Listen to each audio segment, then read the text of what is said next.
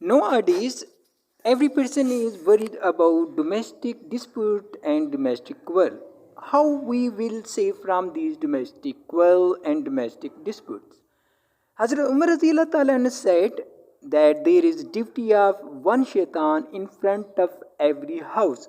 If a person is entering inside the house without reciting Bismillahir Rahmanir Rahim and without saying Assalamu alaikum to his family, the shaitan make fight between that person and his family. So if we want to save to these domestic dispute and domestic quarrel, we should recite Bismillahir Rahmanir Rahim before entering the house and say Assalamu alaikum wa rahmatullahi wa barakatuh to his family. In this way, we are safe from domestic quarrel and domestic dispute, and we will live peacefully and happily, and our family will also live happily.